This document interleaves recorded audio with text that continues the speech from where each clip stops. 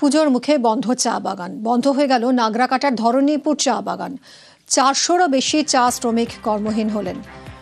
কথা বলবো রকি আমাদের প্রতিনিধির সঙ্গে। রকি, কি কারণে চা বাগান বন্ধ হয়ে গেল, কি বলছে কর্তৃপক্ষ? প্রথমে বলে রাখতে চাইবো যে পুজোর মুখে কিন্তু ফের আরেকটি চা বাগান বন্ধ হয়ে গেল। নাগরাকাটা ব্লকের ধরণীপুর চা বাগান বন্ধ হয়ে যাওয়ায় কিন্তু রীতিমতো প্রায় 400 শ্রমিক দিশেহারা হয়ে পড়েছে।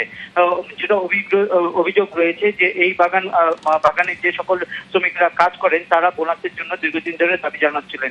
20% বোনাসের দাবিতে সোচ্চার হয়েছে সে এলাকার শ্রমিকরা এবং বাগান কর্তৃপক্ষ যে তারিখ জানিয়ে দিয়েছিল যে 6.66% বোনাস তারা দিতে পারবেন এবং তার বেশি তারা দিতে পারবেন না। এরপরে কিন্তু অসন্তোষ আরো বাড়ে।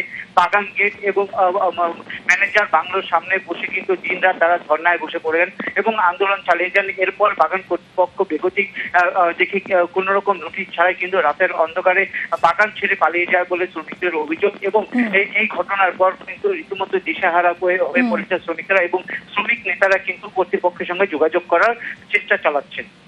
ধন্যবাদ রকি।